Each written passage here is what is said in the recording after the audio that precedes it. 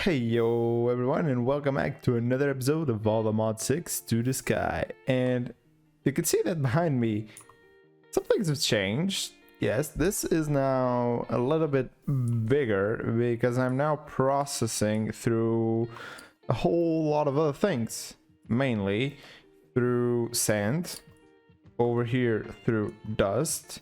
If we go back around here, going through endstone, which I'm using the pedestals. Yeah, I moved them from over there over here, so now they're actually giving me purple endstone and netherrack, so I can crush those.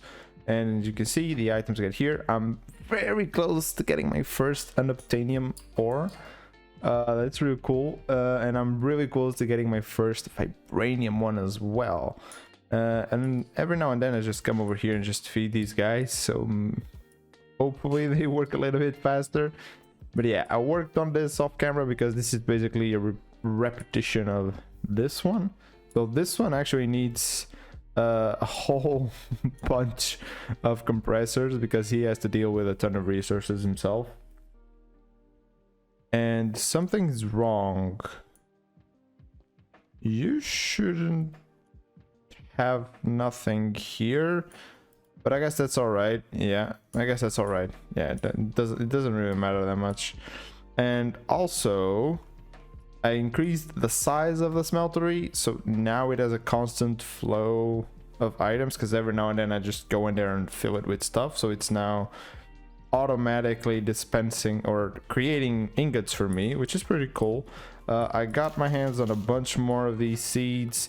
These guys keep spawning, and I also started to get ahead on the Botania things, and I got myself a mystical white flower. I got a bunch of other ones, but yeah, the main one I needed was the white flowers, because then I can just put it into this pot and make a whole lot more. Oh my god, a creeper just came out of there? Bro, does it rain creepers? What? Or he can't spawn on those blocks, can he? What is happening? But yeah, as you can see, we're starting to outgrow our started area, so we need to change a couple things around here. Mainly do some decoration around this, because then we need to actually move because we're getting too close to the machines over here. So we need to get rid of this spot over here and move it somewhere else, probably over this way, because I'm probably gonna move the smeltery as well, most likely to this side over here. I also have to move this setup a little bit forward so it doesn't match over there, because it's touching over there. And then from that side on, we can start with some machines. That side on, I'm making a ramp because we're going to start with some Botania stuff over there. And this side will be probably the main storage. And we got some machines there, and maybe also to the other side and to the sides of the main storage over here as well. This is probably the best pickaxe I have ever made. This uses all the modium. Oh my god. Oh my god, this is heavy. Oh god. Okay.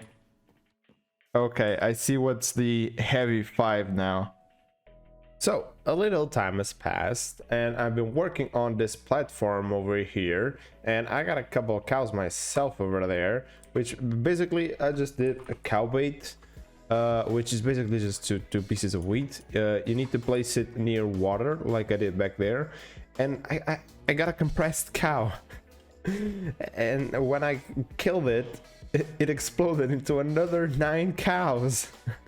So now I'm good with cows, and I've also did a little bit of building because I'm working on making this place look more like a factory, because that's what this is. This is creating resources out of nowhere. But I'm starting to get to the point where it's becoming really hard to build, like really hard to build. I also removed the dirt from here, and I placed these blocks so I know where the bedrock is. This thing is in the way of the building, so I need to move it. But I was... Okay, I am... What is happening here? Oh, there you go. Okay, now it's popping out. Alright. But I need to remove this, or move it, but I still need this to finish unloading the rose gold. So I also did a rose gold excavator because I'm doing a whole lot of rose gold. But in order to keep on building here, I made myself a jetpack. But this thing, I mean, it is cool, and I lowered. You can see in the left screen, the left part of the screen, I lowered it to 40% throttle. So yeah, it's slow, but just look at the energy going down. Look at that. Look at how quickly it just goes down. I haven't flown like nothing, and it still goes down like crazy. So I need to improve this because only 250 energy is not gonna be enough. And there's a couple of upgrades I can do.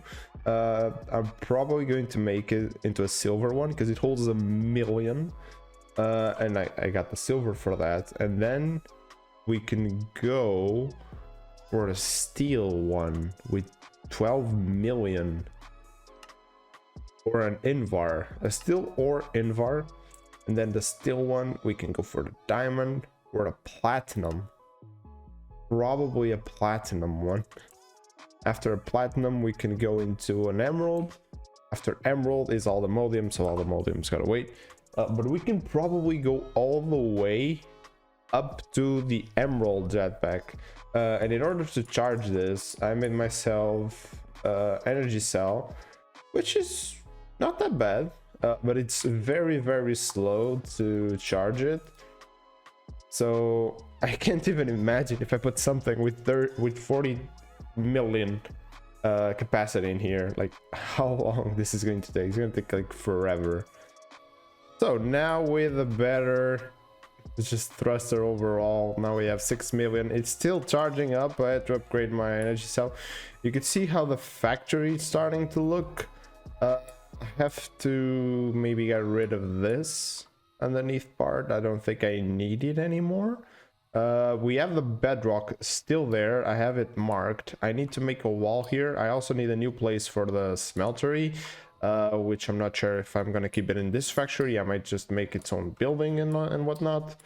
Over here, I'm not gonna do any changes to this. Because this is basic. This is just the basic setup. How you need your resources to start flowing in. So I think that the only thing I may end up doing is like put an elevator here, which is going to take me to a different floor up there. And I think I can actually take advantage of this space over here to hide a storage system, and then make it accessible from this. So I don't ever need to look inside of there. So that should be all right. And I have like a main storage system in this factory, which then means I may need to redo this area over here a little bit because I need a little bit more space to fill this in. And maybe put like my chests and whatnot up inside of here with a bed, and rearrange these chests and all those things. So yeah, quite a little things to do over here. But okay, let's continue with a little bit of Botania, because we need to do a couple of things. Do I just right click this? No. Okay, I think I need some sort of wand. No, okay, I need to actually throw in seeds, and we have a pure daisy. Now this thing is pretty cool. So I went ahead and crafted a second one, and basically what these guys will do is that if I place stone and wood, they will transform these items into a different type of stone and wood, into living stone and living wood. And this is what we need so we can start progressing through this mod pack, because we need to make a mana pool. And if we check the mana pool recipe, which I'm not quite sure what it is, there you go, the mana pool recipe, it needs living rock. And living rock is just by putting types of stone near the pure daisy, and then it will convert it into puring rock. This will take a minute or two, so I'm gonna go ahead and wait. Oh, and there we go. Now we have ourselves, oh, don't want to break you. There we go. We have ourselves some living rock and some living wood. Now we can start crafting in some things, and let's get on with it. And a vivid wave. So let's just go over onto the opposite side and then put the mana pole in. And we need to do some other things. First things first, we need a wand of the forest. So I went ahead, made myself a flower pouch so we can store all our flowers without having them in the chest. So this is just better for storage overall. And then we need to do some mana spreaders. And in order to do a mana spreader, I just need to put like a small piece of this. Yeah, there we go. And some living wood. And we have a mana spreader. This is basically how we're gonna get mana into here. But now we need to generate mana, and to do that we gotta go into generating flora, and I think I'm gonna go with the endo flame first, which, if we take a look at the recipe, is just one red petal, one gray and two browns. And so 1, 2, 3, 4, and oh wait, what? Oh, there you go, it's light gray.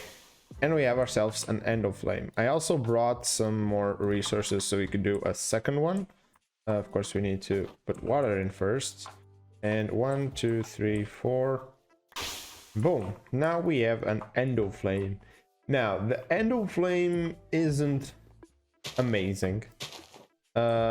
Mainly because it consumes burning things like wood, coal, blocks of coal, and stuff like that.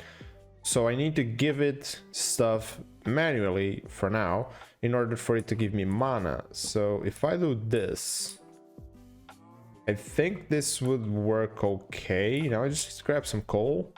And I also think I need to link this. No, I think it's linked. Yeah, I think it's linked already. So if we were to do that and do that. Oh no, we have the magnet on. Whoops. Oh, there we go. I had to link it. There we go. Now it's burning through the blocks and we have ourselves a little bit of mana. And another way of generating mana, which is a little bit more automatic, is through the hydrogenias. The only issue with the hydrogenias is that these guys actually die. So they take 3 days and then they're dead. But they will keep automatically producing us mana without us having to interact with it, because it's just going to pull out from the water to give some things to it. Ah, there we go. This took a little bit of a of a detour over here because I was trying to figure these guys out, and there you go. They only reach a 3x3 area around them, so they're actually pulling water from this block right here. This one is doing the same. Let me just check if this one is linked properly. Yeah, she is linked properly there. Yeah, and you can see they have like this sort of particles glowing. That means that they're actually sucking in water from here. And of course you can see the rake flying in, so that's now properly linked. But let me actually just voice it better, and then I need to no, you're going to no, hold on. Ah, there you go. Now everything is pointing into here. Those guys should give me a passive income, which is pretty cool. And now I can go ahead and start using this mana over here. And so by tossing in a diamond there into the mana pool, we get a mana diamond. And then if we do this, we got ourselves a runic altar. And let's place this bad boy over here for now. Yeah, these cows are gonna move, don't worry. This is basically going to be the Botania area all the way through here. And now we actually have this chapter quite of unlocked, pretty sure, yeah. And we can now start doing runes. And runes is what we need to start producing some other things, mainly some more flowers, because these ones, they're good, but they could be better. Now, taking advantage of my pedestal over there, growing my crops fast, I was able to get my hands on pumpkin, potatoes, sugar canes, cactus. And it's not in this order. Oh, there you go, this order. And now we have nature agglomeratic. Yes, this. Why do we need this? We need this to do another seed. We need another seed, and that seed, if we make this thing correctly, should turn into a nature seed. Yes, we need a nature seed. A nature seed is very, very good. And the other thing I used was Predimsium essence, and this is just an infusion crystal with Inferium essence, like this. Yeah, it's pretty simple. If you have that thing going, yeah, that's pretty simple. And all I have to do is probably put this here and that there. Yeah, there we go. Now that can be planted, and yeah, it's sparkling, so it's growing. We need these essence in order to make mushrooms, because I'm gonna work on storage.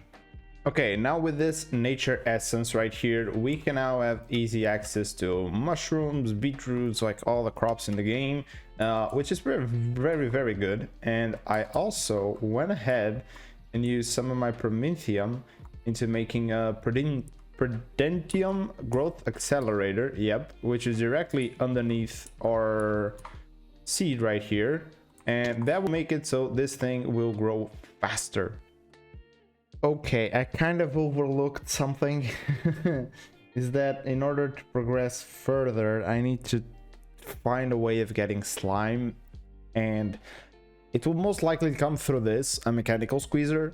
I already have the normal squeezer, but it takes these energy batteries, which take mineral chunks, which needs mineral logs, and mineral logs can only be obtained with a mineral sapling, and a mineral sapling can be obtained in several different ways, but the one I'm going for is a solidification chamber, and this gives out some slime. This is what I need to do, but I need to make a solidification chamber.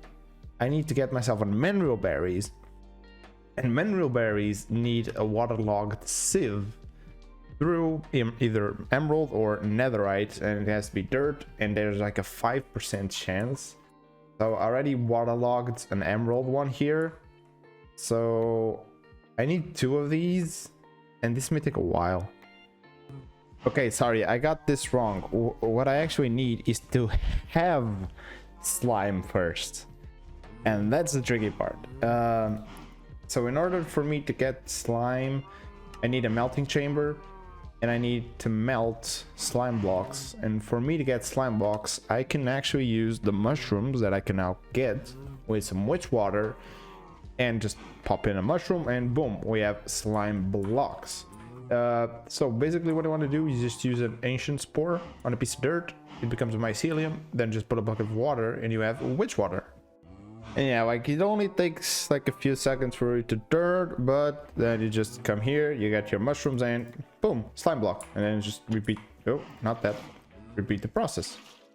Okay, so now with the slime, I was able to get these processor bindings, which is just slime and some string. I already made the basic processors, their improved processors, and some advanced processors, and a bunch of quartz enriched iron, which is pretty easy to do.